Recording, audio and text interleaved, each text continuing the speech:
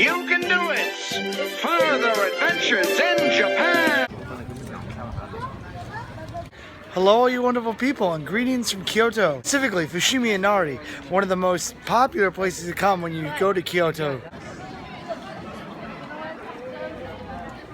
Most of Fushimi Inari is up on top of a giant mountain, which we get to climb right now. And on the way, we'll see what Fushimi Inari is really famous for, which is those big giant red torii, which is like the entrance from the normal world to the supernatural world. And Kyoto is full of a lot of supernatural things. In fact, we should be able to see sunset here and then go off on some side trails that are supposedly haunted, because this is one of the most haunted places in Japan. A lot of people dress up so they can enjoy experiencing traditional Japan in a kimono. A word to the wise: if you find yourself going up to a mountain or any place that you have to do a lot of walking, try not to wear those kind of shoes.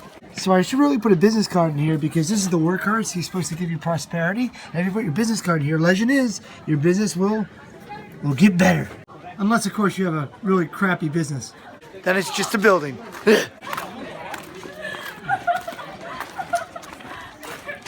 This is called the area of 10,000 torii, because there are torii lined up one after the other, and we're gonna go through it.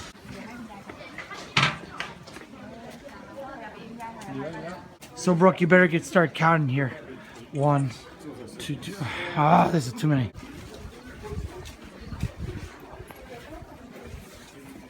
And what's really interesting about these tories is that they look beautiful, right? But if you look on the backhand side of them, they're actually business company names that they're trying to get prosperity for their business. So they're all like big advertisements for their company.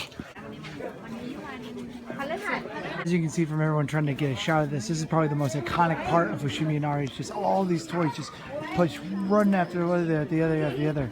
But the secret is just stand right here, wait for a clearing, and then you get a clear shot with no one behind you. One thing I like about going to tourist places is that you get a menagerie of languages. You got Chinese, Korean, English, Japanese, all mixed together.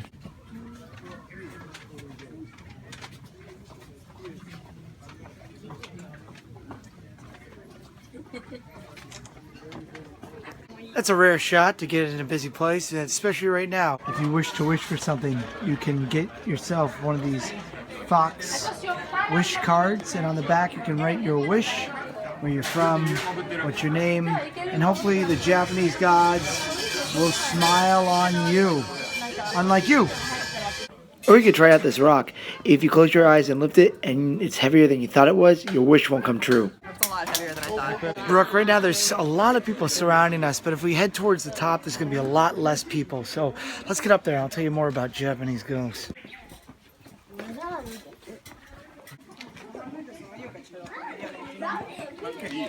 See what I mean?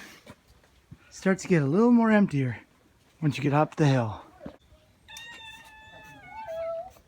Got some temple cats here. I'm sorry, that's shrine cats, not temple. My apologies. And that's a woman making that sound, not the cat.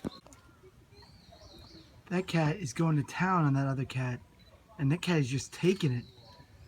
Kids, this is the miracle of life. It's a circle of life. Oh yeah, I forgot about that.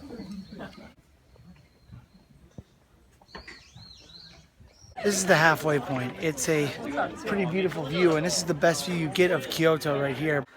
Man, once you make it past the halfway point, people just kind of drop like flies. There's no one out here at all.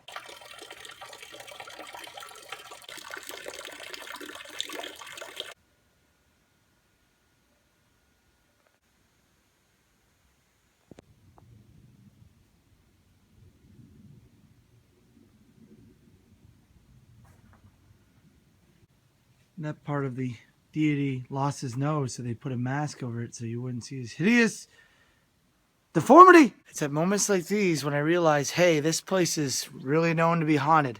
During Onbon, which is the season in August, the dead come back to the earth and they see where they're buried. And if they don't like what they see, they come back as Yori, which is basically Sadako, or the creature from The Grudge. Oh shit.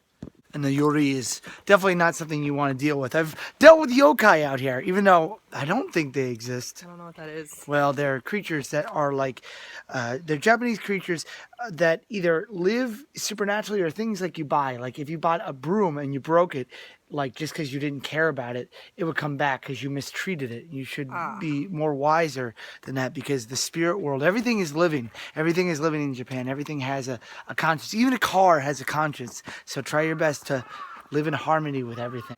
Yeah, it is strange to see just benches just here in case you wanted to, you know, enjoy your religion.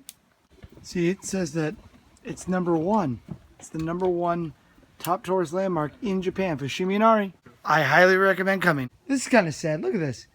Leave it to a bunch of foreigners to tag up the one like emergency thing if you needed it in the mountain. Like this would probably stop you from a fire or from a hose. Yeah, let's just put stickers all over it. Yeah, great. Good job, guys. Brooke, you wouldn't know it, but this is the literal top of the mountain. This is the shrine at the top of the mountain. Oh, there's a little sign here too.